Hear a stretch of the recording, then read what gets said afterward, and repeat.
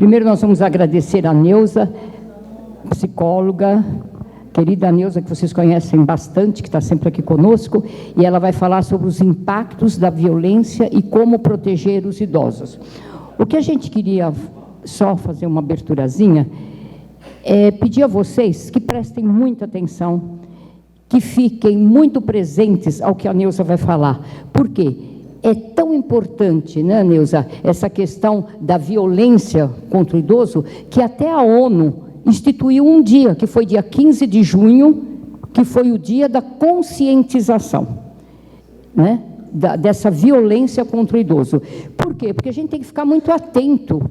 O que é a violência contra o idoso? Não é, Neuza? Ela é de muitas ordens. Pode ser psicológica, pode ser né, física, e pode levar até a morte. Uma morte que é uma morte que às vezes é vagarosa, né, Neuza?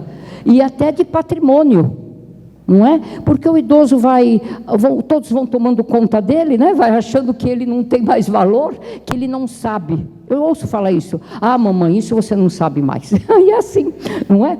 E então a Neuza vai falar sobre isso, sobre o impacto que isso causa na gente, né? Essa desvalorização, né? Às vezes desvalorização que parentes fazem, não conosco, mas com outras pessoas e até conosco, e que vocês percebam e o impacto que causa e como proteger-se e como proteger o outro. Não é, Neuza? Então, a gente agradece muito a presença dela e eu vou passar para ela. Agora, muita atenção e estejam presentes, porque é muito importante esse assunto, ok? Muito obrigada. Neuza, é com você. Obrigada. Bom dia, gente. É bom estar aqui com vocês de novo, né? E com um assunto bem relevante. Hoje eu trouxe um vídeo do Zezé de Camargo, onde ele narra a letra de uma música, e eu acho que vale a pena prestar atenção. Ele traduz, né?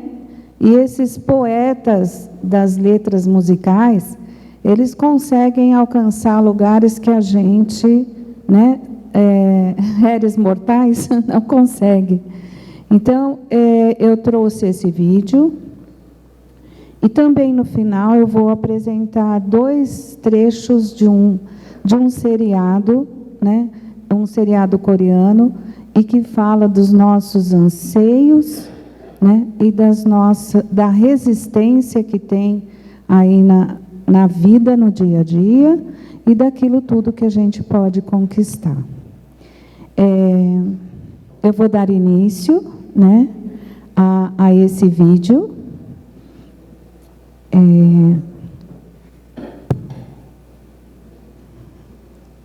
Pedir para o Jackson colocar aí. Existe um velho ditado que é do tempo do Zagai. Diz que um pai cuida de 10 filhos, mas 10 filhos não cuidam de um pai. Sentindo o peso dos anos, sem poder mais trabalhar, o velho peão estradeiro com seu filho foi morar. O rapaz era casado e a mulher deu de implicar: você manda o velho embora se não quiser que eu vá. E o rapaz, coração duro, com seu velho foi falar: para o senhor se mudar, meu pai, eu vim lhe pedir. Hoje aqui da minha casa, o senhor vai ter que sair. Leve este couro de boi que eu acabei de curtir para lhe servir de coberta aonde o senhor for dormir. Pobre velho calado pegou o couro e saiu. Seu neto de 8 anos, que aquela cena assistiu, correu atrás do avô, seu paletó sacudiu. Metade daquele couro, chorando, ele pediu. O velhinho, comovido, para não ver o neto chorando, partiu o couro no meio e pro netinho foi dando. O menino chegou em casa, seu pai foi lhe perguntando: para que você quer este couro que seu avô ia levando? Disse o menino ao pai: um dia eu vou me casar, o senhor vai ficar velho e comigo vai morar. Pode ser que aconteça de nós não se combinar, e essa metade do couro vou dar para o senhor levar.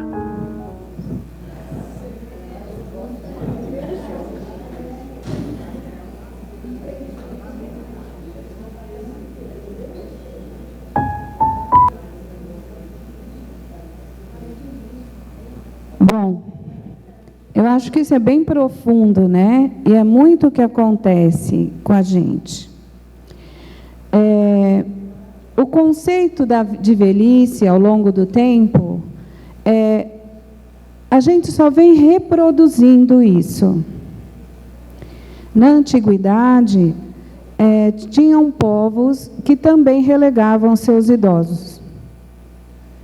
Eles eram internados, depositados em lugares, excluído da família. Tem outras culturas que têm uma reverência ao idoso. Uma reverência aos seus antepassados, à sua hierarquia, sabendo a importância que esses seus antepassados têm. Desde que eu comecei a trabalhar com constelação familiar, eu fui estudando essas culturas para compreender, né, por que nós do Ocidente, na maioria dos países do Ocidente, nós não temos esse respeito ao idoso. Se nós viermos, né, aqui, né, eu trouxe nesse slide aqui, onde fala assim, que a noção de velhice como etapa diferenciada da vida surgiu no período de transição entre os séculos 19 e 20. E foi determinada por uma série de mudanças específicas e a convergência de diferentes discursos. O que estava acontecendo? Começou a se ter consciência dessa relegação do idoso. O idoso estava perdendo totalmente o seu lugar. Poucas famílias tinham esse cuidado com os seus. Então, começa-se a pensar, porque a gente, quando tem uma lei, quando é instituída uma lei, um órgão de proteção, é porque tem muita coisa errada no mercado, na vida, tem muita coisa errada. Eu tinha um professor de psicologia, e nós temos um órgão, o conselho, né, que é bastante rígido. Como o Conselho de Medicina, a OAB, né? São órgãos bem fortes, assim, eles pegam forte com os profissionais. E o meu professor dizia assim, os conselhos são fortes, os órgãos são fortes, porque as pessoas são fracas.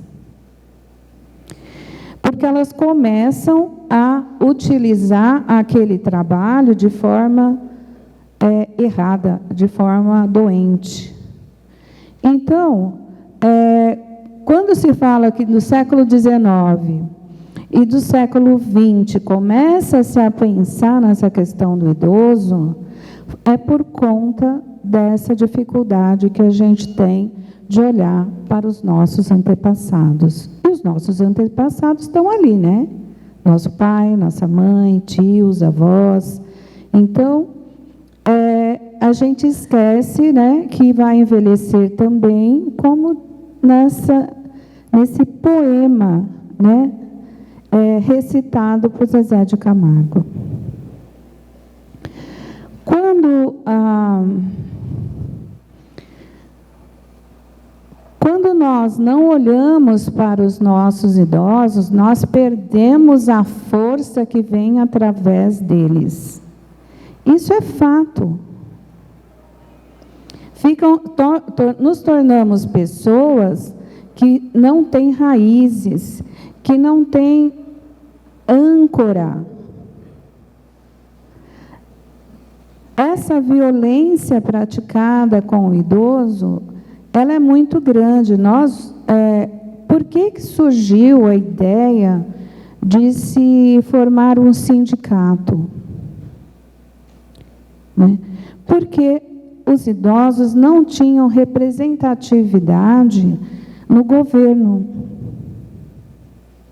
E tudo é culpa dos idosos, né? Então, tem muita gente aposentando, tem muita gente na caixa, era assim, né? Tem muita gente que fica recebendo a pensão do governo, né? Se esquece que essas pessoas, essa muita gente, trabalhou muito e construiu esse país e os outros, né? Mas falando em Brasil, a vida do brasileiro foi muito difícil, porque nós somos um país que fica mais isolado, um país grande, né? E um país que teve que começar lá dos seus próprios recursos. Eu fico imaginando, nós sabemos, né, da história, que foi uma história bruta, né, onde, quando os colonizadores vieram para cá, eles não estavam querendo enaltecer os moradores daqui, muito pelo contrário, a gente sabe de todas as lutas, né? Mas eu fico pensando como que foi a travessia dessas pessoas, né? Como foram os caminhos que eles tiveram que fazer para chegar até aqui, né? Os nossos antepassados, que nós somos uma mistura de raça, né? Imagina, hoje a gente tem ônibus, perua, carro, trem, né? Que vai lá para o litoral. E as pessoas chegaram através do litoral, seja aqui, seja na Bahia, seja em outros lugares, foram, né, pelo mar. Não tinha trem, não tinha ônibus, não tinha carro, não tinha nada, não tinha caminho, não tinha nada. E essas pessoas se embrenharem no meio da mata, subir, eu fico imaginando, né? Eu já morri no primeiro 100 metros ali, né? E essas pessoas garradas na vida, né, fazer tudo isso. Aqueles que foram escravizados e que foram trazidos para cá. Quanta luta, né? Quanta perseverança para sobreviver. Então, não foi fácil para os nossos antepassados, diante do conhecimento que eles tinham. Não tinha tecnologia, não tinha telefone, não tinha nada, né? Hoje a gente está num perigo, a gente pega o celular, nem que for para ficar caçando. Você está lá no meio do mato, caçando um lugar que tem sinal, né? Para mandar um pedido de socorro. Não tinha isso. E essas pessoas são os nossos antepassados, são pessoas que nos trouxeram até aqui. E o que foi acontecendo com o passar do tempo? Essas pessoas foram envelhecendo, e esse mesmo professor que falava dos conselhos, da necessidade de leis fortes, ele dizia assim: o que os filhos fazem? Os pais vão trabalhar, constroem uma casa, né? Um quarto para cada filho, né? Os pais juntavam os 14 dentro do carro, ia viajar, né? Ia aquelas viagens assim que a família inteira entrava dentro de uma Brasília, que a hora que abria, não parava de sair gente dali de dentro, não tinha cinto de segurança, não tinha nada, né? E aí, essas pessoas foram envelhecendo. O que acontece? O que acontecia? Será que foi só eu que vi isso? Eu vi muitas pessoas, os pais irem morar na edícula e os filhos morarem na casa da frente, quando estavam mais velhos. Na casa que os próprios pais construíram.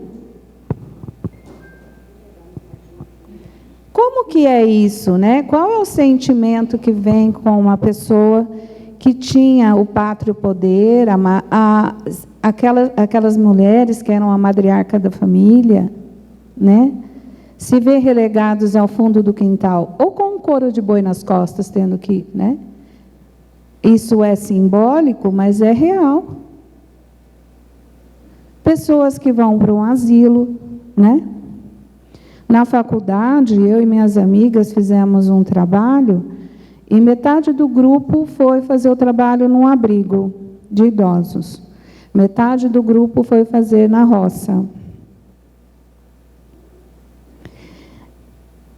E as pessoas, os idosos da roça, com a mesma idade ou até mais velho do que aqueles que estavam no abrigo, eram eles que comandavam a família, eles que apresentavam a família para o grupo.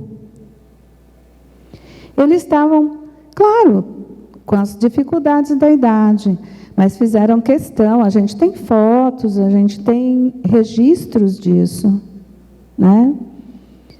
Eles levavam as colegas, né? Eu não fui lá para o estudo da roça, eu fiz no abrigo. E eles queriam carpinar para elas tirarem foto, mostrar que eles ainda estavam na lida. Enquanto as pessoas que estavam no abrigo, elas não tinham um brilho nos olhos. Elas não tinham mais alegria de viver. E era um abrigo bom.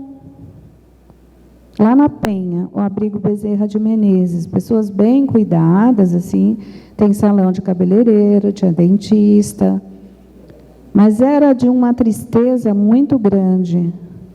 10 pessoas dentro de um quarto, com uma televisão ligada.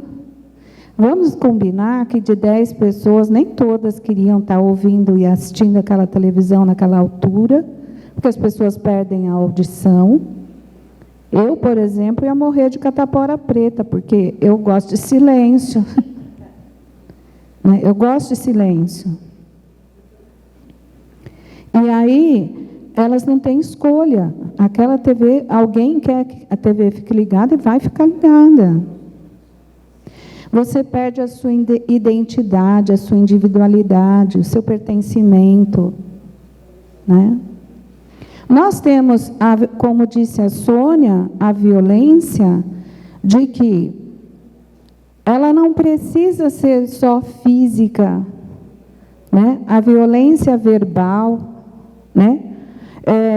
A impaciência dos familiares. Às vezes, né, recebe alguns empurrões, alguns apertões, quando a pessoa já está inabilitada para fazer algumas coisas, trata com brutalidade.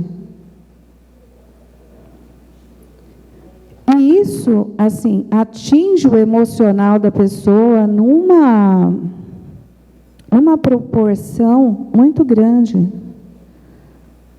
Até no final do ano, quando eu coloquei um projeto, né, para trazer para cá, porque eu sou terceirizada, não sou efetivada aqui, nós levantamos a possibilidade de fazer rodas de conversas com os associados, que seria um espaço para eles, né, para nós.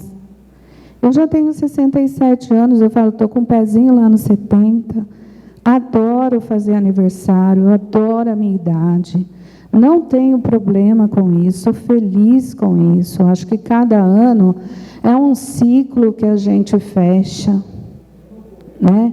Que a gente contribuiu com esse mundo, que a gente fez parte, né, dessa evolução. Nós somos guerreiros, gente. Nós estamos vivendo no meio de uma transição tecnológica fantástica. Só que nós não conhecíamos nada disso. Alguns conheciam uma enxada e terra para carpir, e outros que cresceram na zona urbana, a metodologia de fábricas, que não tinha nada de internet, não tinha nada desse mundo globalizado que a gente vive hoje. E a gente é sobrevivente, a gente ainda pega um celular e fica apertando ele lá. Às vezes a gente manda uma mensagem errada, mas está tudo certo, né? Mas nós sofremos muitos descasos nessa caminhada nossa. Essa é a violência. Quando as pessoas ficam ligando, atormentando aquele que recebe a aposentadoria. Eu me lembro quando o João começou esse sindicato aqui, que eles não tinham nenhum lugar para ficar. Eles não tinham sala, eles não tinham nada. E ele começou a construir isso. Ali num casarão que tem aqui do lado, o pessoal trabalhava no quintal, não tinha lugar para ficar. Mas ele tinha aquilo tão forte dentro dele, que ele dizia assim, as pessoas, os idosos, não têm um lugar no mundo. E ele era novo, né? E ele falava, eu vou fazer esse negócio virar, né? Quantas vezes ele foi para Brasília, sabe aquele negócio que você chega e batem a porta na sua cara, marcam reunião e depois não fazem, ou dão umas lavadas que você tem que sair de cabeça baixa, né? Ele retornava para casa e ele falava, eu não vou desistir. Às vezes, era com o dinheiro do meu trabalho, né, que eu tinha uma oficina de costura, que ele fazia as viagens para lá. Porque ele tinha, assim, na alma dele. Ele não era uma pessoa que queria ter vantagens. Ele queria construir algo que fosse de verdade. E é muito importante quando as pessoas estão associadas a um órgão representativo de verdade, né? Que os represente de verdade. Porque a gente sozinho não faz nada. A gente vai bater na porta e nada, né? Quando a gente tem alguém forte que de verdade vai lá brigar pela gente, vai lá e tem esse acesso, isso é muito importante. Esse é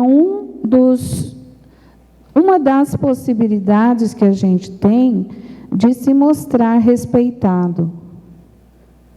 E a gente tem que ter consciência que os nossos filhos, né, que os nossos parentes, eles não são santos, nós os amamos, mas eles também têm dificuldades de crescimento ainda.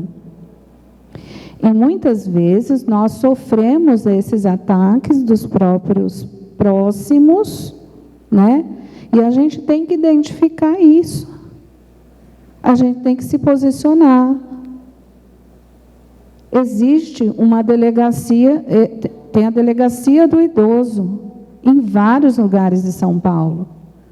Uma das delegacias menos frequentada. Porque a gente vai denunciar um filho, pois tenha certeza que se uma filha minha fizer algo contra mim, eu vou até as últimas consequências. Porque ninguém, nada e nem ninguém tem o direito de invadir a minha vida e o meu campo. Eu quero e mereço ser respeitada. Eu não cheguei aqui porque ninguém me deu nada. Eu cheguei aqui porque eu construí isso. Eu fui fazer faculdade com 42 anos. Nunca ninguém me deu uma ajuda. Eu terminei a faculdade e fiz 7 pós-graduação, fora outros cursos importantes que eu fiz. E eu não admito que ninguém desvalorize o meu trabalho. Ninguém. Eu tenho filhas maravilhosas, maravilhosas. Mas pode ter certeza que eu não deixo barato. Eu não deixaria barato. Se eu sobrevivi ao João, né, um sindicalista, eu sobrevivo a qualquer um. Né? E como nós já dissemos, né? Muitas vezes o idoso, ele sente um sofrimento e que não é visível às outras pessoas. Quantas vezes a gente está limitado a fazer uma coisa que a gente estava acostumado a fazer. E isso já gera um mal-estar, né? Eu trabalho muito, né? Eu sou inquieta, eu sou uma pessoa assim que não paro, né? Tem problema. E eu imagino, no momento que eu tiver que parar, né? O quanto isso vai... eu me trabalho já para poder, né? Ir dando uma parada. Eu falo assim, eu vou diminuir meu horário na clínica. Aí aparece um paciente, eu falo, só mais um. Aí, em vez de diminuir, eu aumento. Né? Há bastante tempo eu não estava atendendo de sábado, mas aí apareceu um paciente sábado, eu falei, só pode sábado. É de manhã, 8 horas da manhã, o que eu vou fazer 8 horas da manhã? Vou atender ele, né? É assim. Alguém tem alguma pergunta?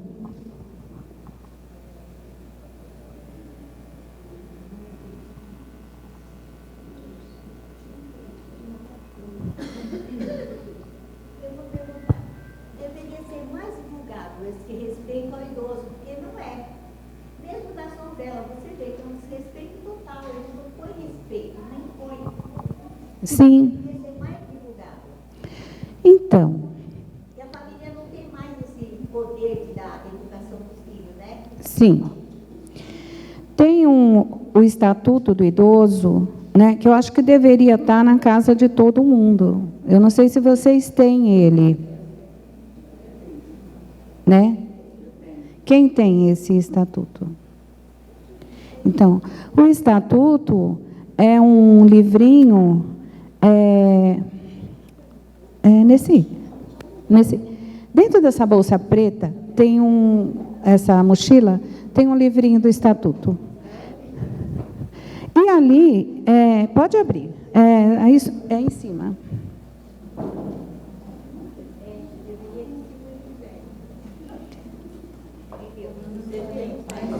Eu também concordo que deveria ser distribuído. Antes aqui tinha, o sindicato tinha. Eu lembro que meu marido levava em casa, eu falava assim, quantos livrinhos?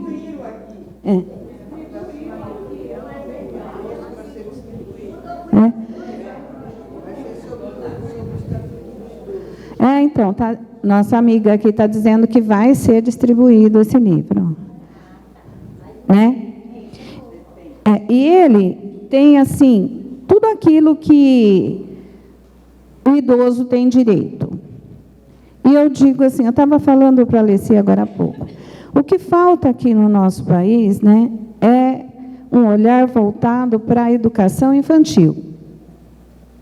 Porque é lá que a coisa começa. Meu avô dizia assim, burro velho não aprende marcha nova, ele não perde o trote, mas ele não aprende marcha nova, né?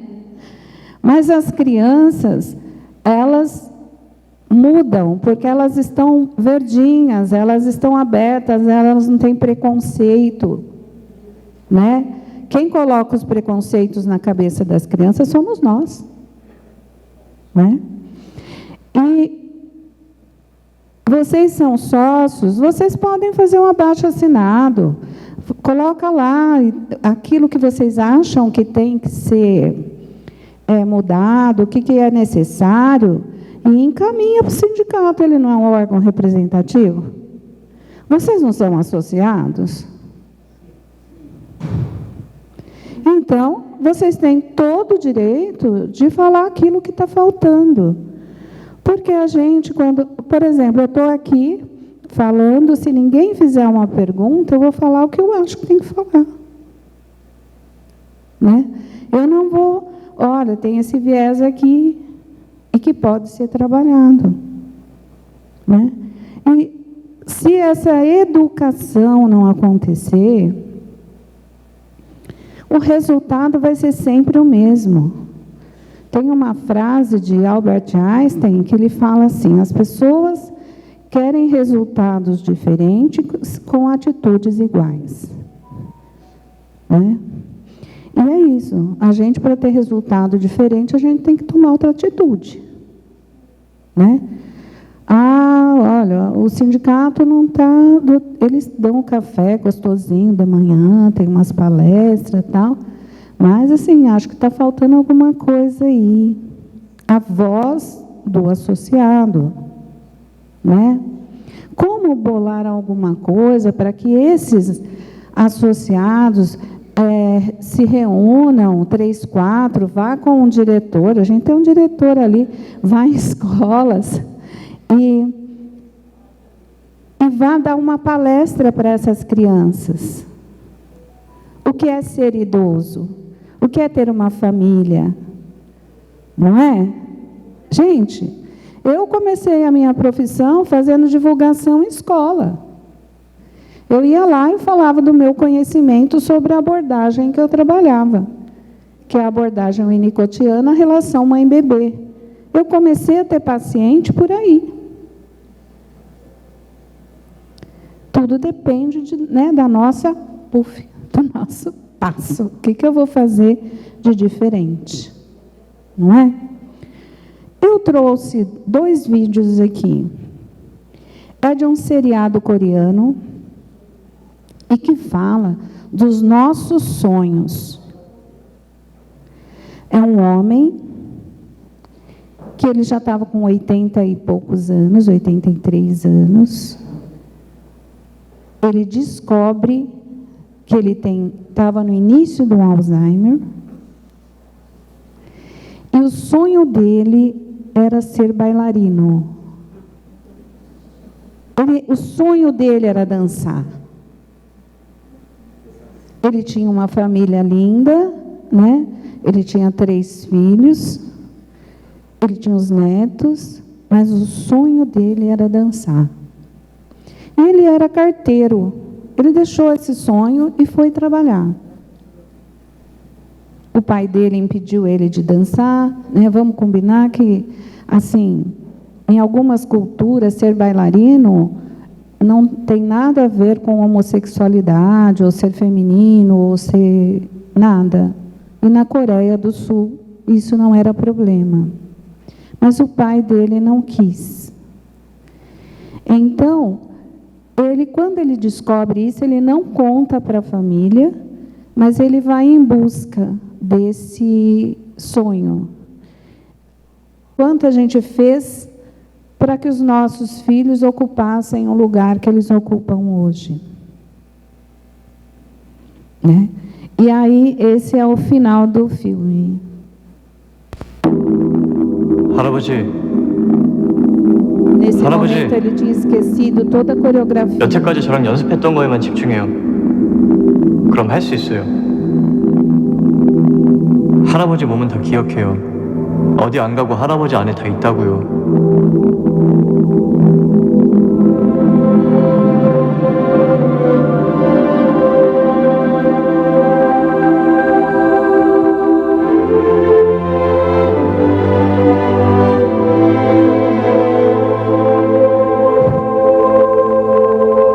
Esse é o menino, o bailarino, que ajuda ele. E que ele ajuda também esse moço.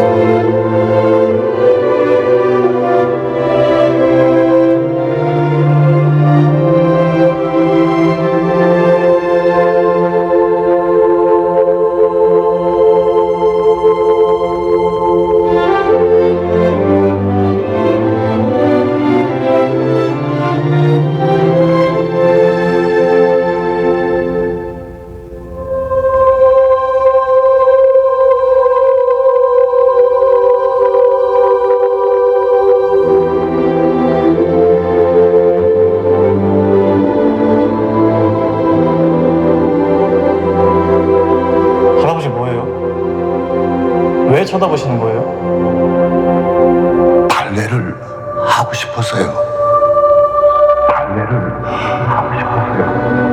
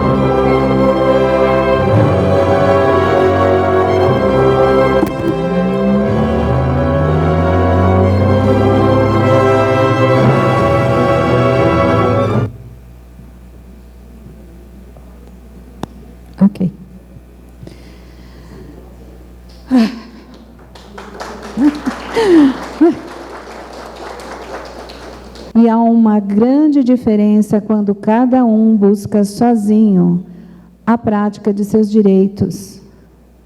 Enquanto que, estando vinculado a uma organização que o representa, facilita um protesto, uma manifestação. E também, em última instância, temos a Delegacia da Proteção ao Idoso.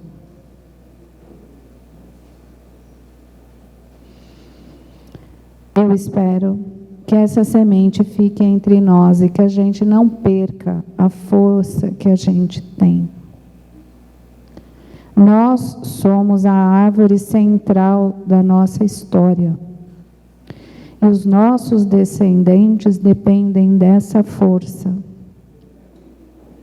Uma árvore velha, ela vai poder frutificar e florestar um terreno imenso.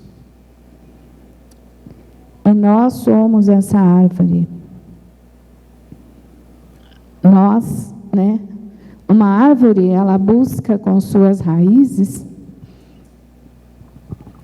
a seiva do mais profundo da terra. E é através dessa força que nós hoje temos oxigênio aí para respirar. E os nossos descendentes, se perderem o respeito por nós, eles perdem a força dessa seiva que nós emanamos para eles. Dar amor, dar calor, dar conforto e dar limites é uma obrigação que cada um de nós temos para com a vida, a nossa e dos nossos descendentes. Obrigada, gente.